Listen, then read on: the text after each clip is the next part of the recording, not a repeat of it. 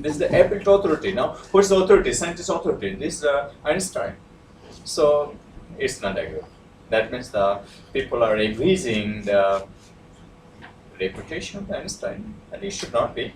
Embryonic stem cell research from the scientist must surely be bad, because all ethicists are against. So we should not be.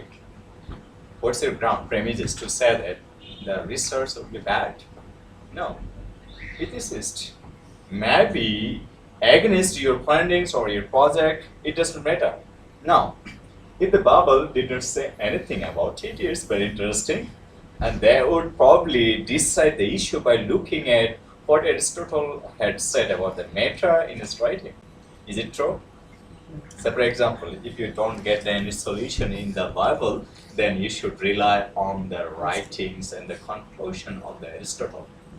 So, now, so this is called an appeal to authority, and you should not have this. And here you see there's another example, and it might help you to distinguish what's an appeal to authority. George, did you hear?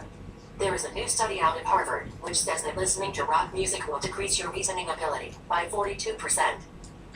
I guess we will no longer be able to listen to our iPods. Do you know, if it was a double-blind study, and did it have a lot of people in it? I don't know, but it came out of Harvard, so it must be true. Now, there you go again. You are committing another logical fallacy called faulty appeal to authority. This is where someone appeals to an authority and tries to impress us or make us reluctant to challenge the authority's viewpoint, and yet the authority may or may not have special knowledge in the area being discussed or sufficient evidence to prove their point. Just because the study came out of Harvard does not mean it is true. This study is similar to, but opposite from those who commit the genetic fallacy, where someone says something is not true because of where, how, or who it began with. For example, there are some who say that Wikipedia is not necessarily true or is an unreliable source of information because not all of it was written by a credible source like a Harvard scholar. Astonished. You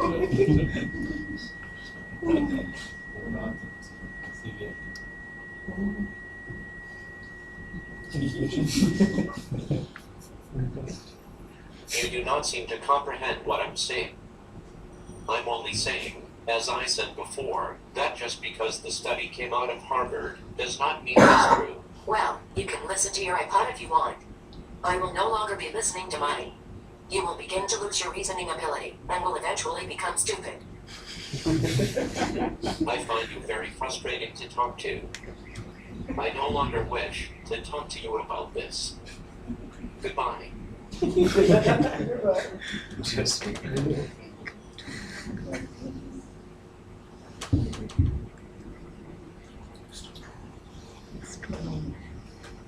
Okay, it's begging the question. It's number 3. It's very most widely used fallacies in the roundtable discussion. From my experience, I can say it's begging the question or the circular reasoning, and this is not important. It's a Latin word, the principii, principally. It's begging the question or circular reasoning. Have a look here. It's most interesting. And most of the people in my country also believe in this, and they practice more of the fallacies. And they don't go to the critical reasoning or the valid argument. First man says that God exists. Yeah, you can believe that. But how do you know that? Second man says, and the first man, the Bible says so. And the second man, how do you know that the Bible says it's true? First man, because the Bible is truly the Word of God. It's never true, but you should say systematically. And you must put some logic in the argument. In this sense, Dr. Jack Naik is the best one, I think. He tried to say every word, he has some logic argument, critical reason. I like it, really.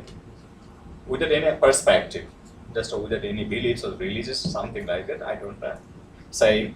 But he has some arguments. So, just if you say some things, and you must establish the premises and the conclusion, and what's the evidence, and what's the other people are thinking, and what's the beliefs, and you should respect to all. So in the many university, Europe and America, first talking from the professor, be respectful to others and fellow mates and opponent.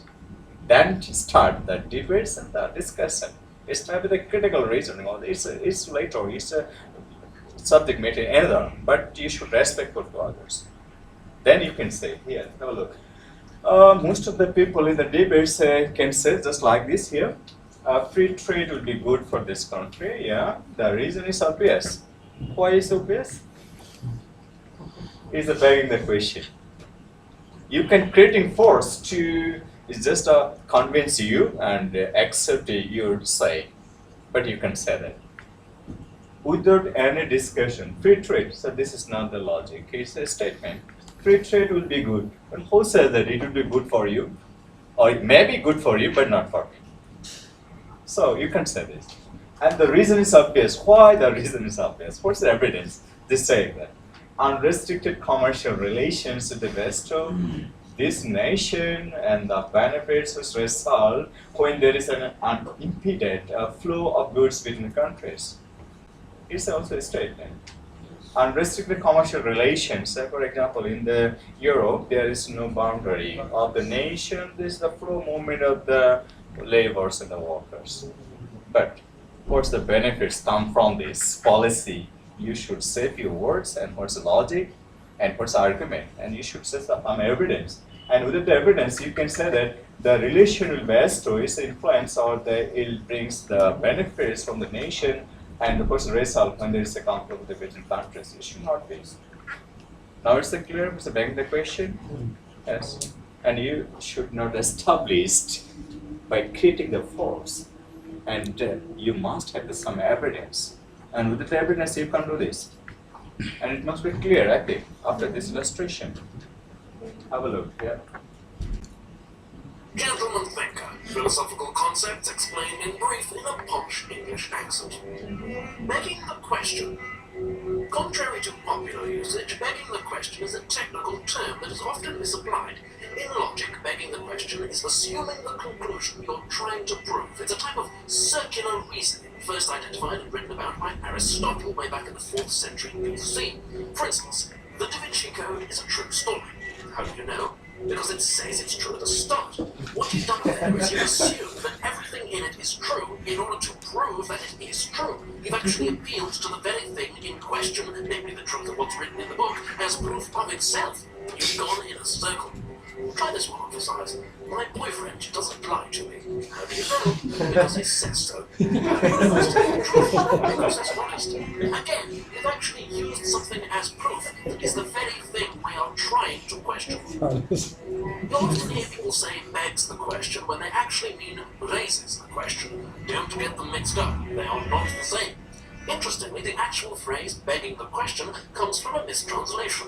The medieval philosophers who looked at the Latin petitio principi correctly identified petitio as being derived from the Latin verb petere, meaning to beg. That's where we get the English word petition from. But petere can be used to mean make for, seek, desire, attack, move towards, or claim, as in you claim the conclusion as one of your premises. Subscribe to Philosophy Tube for more from the Gentleman Thinker. Till then, cheerio! Now, I think it's that clear. First, begging the question, appreciate authority, and the circular reasoning. And actually, you're not trying to just break the circle or the boundary of the limitation, and this is called the bounded rationality. But it should not be. There is some area, and you should be at a bounded rationality, but not here. Okay, this is very common. It's a Strawman fallacy. What is Strawman fallacy? It's your own creation, evolutionary, but it is false. You don't have any opponent, but you are creating an opponent to attack. And some European and American people do that because they like that sometimes. But it should not be here. Just to prove the supremacy and the supreme power and the exercising this, and some people do this. Here you have an example, suitable example here. Yes, a person has said that I don't think children should run into the busy streets. Yeah, it's good. It's your thinking, it's okay. But person B said that, I think it would be foolish to lock up the children all day with no pressure. What's the relation between this? Have a look. I don't think children should run into the busy street. It does not necessarily indicate that people should, or student or the children should lock up the children all the day. That means less busy street, they can move. Or they can move in the playground or the field or the others area or the garden, but it doesn't necessarily indicate that the people will lock up with the students or children in that particular room. And it's a Strawman fallacy. So if your opponent say just argument invalid or illogical or irrationally, then you can say, no, people, you don't say that. It's a Strawman, it's a fallacy, and people don't use this. Have a look at use of the Strawman fallacy, and most of the politicians in the world, they use this. And I gave an example. It's a Barack Obama, and I can't mention the name, but you can say we can say the president of the U.S. Most of the time they use this fallacy, Strawman fallacy, to attack the opponent and the enemy. It's very common, and this is also true in my country, and it's also true in my workplace. In my department, university also here, most of the bad people practice this, but it should not. It's a Strawman fallacies. Here you see another example. The philosopher can use sometimes, the politician can use this Strawman fallacy, because if you have no ability to give some arguments against the opponents, and sometimes you can apply, but it's not that good. And there is also debate is still going on. And what's the Strawman and what's the Strawman fallacy? Yes, this is the research findings from a professor at my university. This is the Hank Van Den Belt in the research. Follows far from the accurate in describing the marathon's position. He prepares to erect a Strawman that he can pull down more easily. Is that clear? Now, if you have the opponent very easy, you can create and you can pull them very easily, and you can beat them very easily because it's your own creation. But you're trying to show that he's a very strong and he has a valid argument to do that. But really not. It's a strong fallacy. In the village area, the rural area, in my country, you see here, it's called in the Bengali Kakatua, or just like this. Yeah, I don't know what's actually right English. Yeah, it's called a Strawman. This is your own creation. It's maybe opponent. It's maybe guard to secure your cultivation from the enemies. Other than this, it's a Strawman. It's a very good weapon, I think, to attack your enemy. And we have the other example to get this. This is called the Strawman fallacy.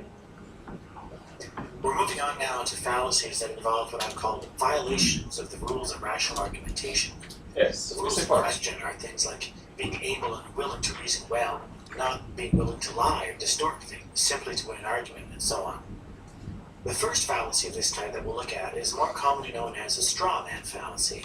For the sake of gender equity, I'm going to call it straw figure, since there's no reason to think that men are the only ones who commit this fallacy or who are taken in by it. The name comes from the practice of using human figures made of straw as practice dummies in military training. Obviously, it's easier and safer to practice certain combat techniques when your opponent is made of straw. The fallacy works like this. Alice offers an argument to Bob. She wants to convince him of something. Let's say that Alice's argument is really pretty strong, like this boxer. Bob isn't sure he can handle this argument. So instead of trying to refute Alice's actual argument, Bob decides to engage a different argument. He decides to engage this straw figure. What is the straw figure? It's a weaker, distorted version of Alice's original argument. Because it's weaker, Bob is easily able to refute the straw figure argument.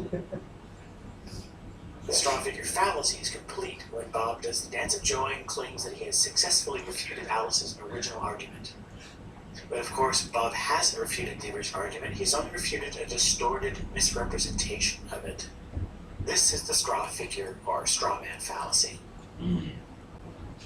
This fallacy is often categorized as a fallacy of relevance. I think because it's the not attacks made on important. the straw You figure got are this irrelevant point. Am I right? judging the actual Yes, sir. Strongman fallacy is sometimes that I mentioned earlier, the German people and the British people, they feel proud to be the blue blood in the world, and this is called the hegemony or the hegemony sometimes. Yeah. Yeah, they feel proud to donate the poor people, and they just happy to beat the poor people, and they are treating the opponent sometimes. So it's a common. So you should avoid this. It's called this comment the fallacies, and it's not a good reasoning, I think. Okay, it is the inflating. It's denying the unexplained argument. Your argument should be concrete. That means the partial argument should not be accepted by all.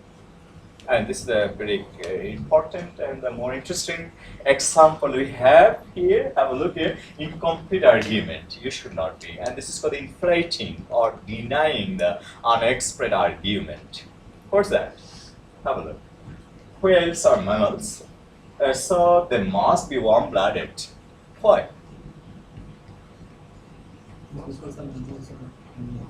Mammals means that they are not reptiles and not birds. They're the animal. Whales are animals, mammals, not reptiles. Okay, not bird, but so they must be warm-blooded. But it should not be. It's a partial argument. But what should be? Complete argument. All whales are mammals, and all mammals are the warm-blooded, and therefore all whales are warm-blooded. So there should be a rhythm, and that means that there should be connecting from the previous antecedent and the earlier words and the sentences and your findings. Have a look. This is the finding. All whales are mammals.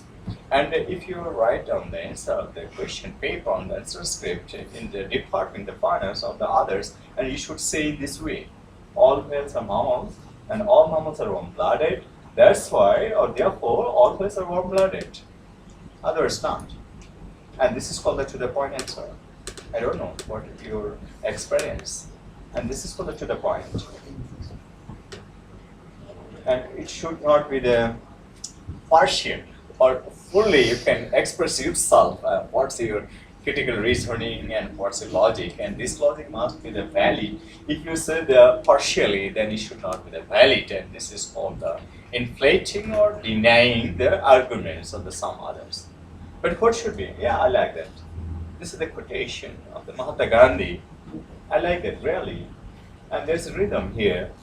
There is an interconnection of the relating the sentence to sentence and word by word. Have a look. Your beliefs become your thoughts, and your thoughts become your words, and your words become your action, and your action become your habits, and your habits become your values, and your values become your decisions. So, what's interesting? And this is called the logic, and this is called the critical reasoning, and this is critical discussion, and this is called the to-the-point answer. Okay, now you can say your beliefs become your thoughts, so finally your values become your destiny. So what's the relation? Or is the meaning should not be the clear. So you must follow this. This is called some steps or necessary step you must follow.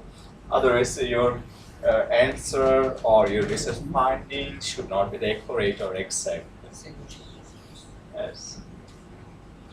Okay, it's avoiding shifting the burden of the proof. Yes, it's another interesting. The number 6 may be the fallacies. And it's also the common, most of the people use this. That means you are the proponent and you're trying to shift the burden to prove or establish the premises to other parties. But it should not be. Have a look at. Okay, in the roundtable discussion in my country, says yes, your government system is not doing well. Oh, you see here, the 5 days or the 5 years ago, what happened? So I am shifting the burden to the other parties, to other people. Okay, what's the policy? Is the policy is okay now for in this current season or the current time? Well, what was that? Or what was the statistics in the previous parties? But I don't have any answer. It's avoiding the shifting the burden of the proof. but it should not be here. Prosecutor to jury court. Have a look. She must be guilty. After all, she has no alibi for the night of the crime. There is no claim for the night of the crime. So it's he's trying to shifting the burden. Alliance landed in my backward last night. Okay, prove they did not. If you can prove they did not, well, there is the proof that they did, right? Interesting. It's really interesting. I don't know. Most of the people do that. That means it's your duty, responsibility to prove that. And if you can't prove, no, nothing happened. So it's most of the people are practicing this. Most of the lawyers do. Yeah, lawyers also do this. It's a very common phenomenon. And this is a very good one. I think slippery slope is the last one. If we legalize the marijuana, the next thing you know, we'll legalize the heroin or LSD or the crack cocaine. So, what's the evidence do you have? You are giving the conclusion just like this. If the university increase the tuition fee tomorrow, today, and for future, the next month, the university must increase the tuition fee. How do you can say? Is there any logic? You can estimate just. It's got the guess, or your guess may be wrong, or may be good. But you can say that in the, this is not the argument. This is the slippery slope. Have a look here. If you legalize the marijuana, the next thing you know, we'll legalize the heroin or the cocaine. Have a look. Eating the Ben and Jerry's ice cream will cause you to put on weight. Okay. Putting on weight will make you overweight. And soon you will weigh 350 pounds and die of heart diseases. My goodness. And eating the Ben and Jerry's ice cream leads to death. Don't even try it. So without any evidence of the argument, just you are raising or saying the some statement, and this is not the good. All are the negatives. So what's a slippery slope, I think? Okay. My objective is that if you have this, at least the 7 concept of this fallacies, then what your opponent is moving wrongly or the rightly, you can detect very easily, then you can challenge. No. Hey, stop. Yeah, you can't say that. I don't know how you can say, but if you get the floor, then you can say what's the fallacies and whatever they're the right track or the wrong track. And it helps you, I think. What's the fallacies and what's the valid argument. And this we have the last example maybe, and this must help to have this. So what's the fallacies and what's the slippery slope? And now an editorial from Slippery Slope Guy on medical marijuana. Does marijuana have some medical value? Maybe. But it's a slippery slope. First, your doctor's prescribing pot for your mother's glaucoma. Then he's treating your kid's head lice with hashish. And the next thing you know, a gang of government-funded hippies has stormed your house and forced your infant to mainline a speedball, and there's not a damn thing you can do about it! I think you can, 1 second, it's very interesting. Can you see it? Yes. No, I think.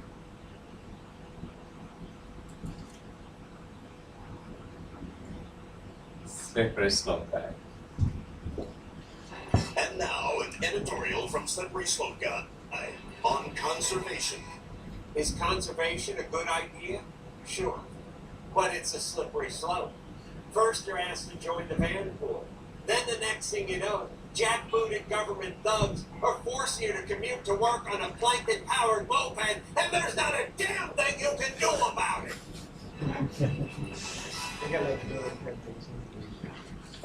Most of the public orator, just like this, they use this slippery slope.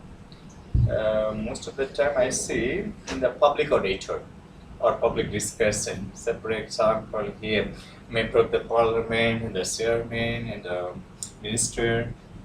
Most of the time they use this slippery slope just to attacking the opponent, but it should not be here. So this is the last one. This is the very important, I think. What's the usefulness of the argumentation theory? Mind it, this is the conclusion. That means we are in the ending position. Have a look. Usefulness of the argumentation theory. First of all, rational argumentation shows that respect for the others that I mentioned earlier. Please be respectful to other opponents and the other fellow mates, to all the people of the human being. You should have respect to all the people. Now, number two, debate is not just about the finding the truth, but mind it please, the main objective of the debate is to find out the truth, because there is a dispute. And what's the main objective? To resolve this dispute. But you need to test. If your text is accepted by all, then opponent will be convinced to you and you will have the pragmatic solution, otherwise not. So have a look here. Debate is not just about the finding the truth. There is another alternatives. What's that? It's also about winning, because we are participating in the game. And what's the ultimate goal? To win. Yes. If you think that a fallacious argument can slide by or persuade to judge, that is the moderator, to vote for you, then you are going to make it, right? Yes. Yes, but I don't like it. Because only win in the game, it should not be the objective. But sometimes you can do this. There's also debate here, whether you will support this or not. If your target is only the wins, and you can practice the fallacies, if the jury body or the moderator can support you, otherwise not. But it's a technical, it's a trick. I don't like that. But you can have a look. The trick is not a getting caught, it's a Glenn Whitman says that. So is that clear? Debate is yes, debate is a finding the truth, but it's something you need to win and you need to get the trophy just to put in the showroom or the showcase, because otherwise your what I can say is the drawing room or the showcase would not be the more glorious or the just like this. So you can some practice just like this. So don't take it otherwise. And maybe one people say that you can try, or the people should try to avoid the rapist, and if you can't, just try to restrain from this, then you can enjoy it. But it should not be. It's just like this here. Please don't mind and don't take it otherwise. I can't remember the name of this person. Yeah, you can try. Heart and soul. Why not listen? It's maybe it is a very widely accepted greatest quotation in the world, I think. Yes, and he just advised heart and soul just to beat and to restrain from you, from the rapist. And if you can't, then enjoy. But here just like this, you can try to avoid the fallacy, but whenever you see that, if you put the fallacy and it will help you to get the win, only in that case you can use the fallacy, otherwise not. So yes, you should have this fallacy. It's not for the debate, please. But request to hear. You can apply this in the family discussion, in the society, in the public orator, everywhere. Even in the example. Please don't write the huge statement. You don't take the huge extra paper. If you write the more extra paper, and you need a more statement. If you have the argument, I think you can put or you can finish your answer within the 3 or the 4 lines. So you don't need to use the more additional paper, the script, if you have no argument or the critical reasoning.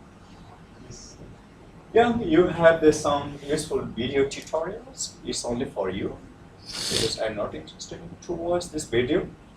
And I already handed to maybe you the full paper that is the extra note, and you can collect this, please, because yesterday I was so busy and I did not read the whole paper, lecture note very carefully. That's why I'm not so live today.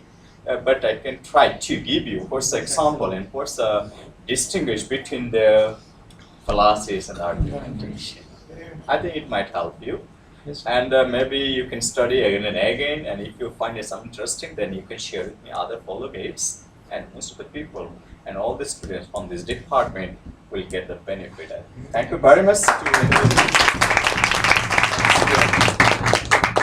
Okay, now do you have any asking a question? And I have the 15 minutes more time to share with you.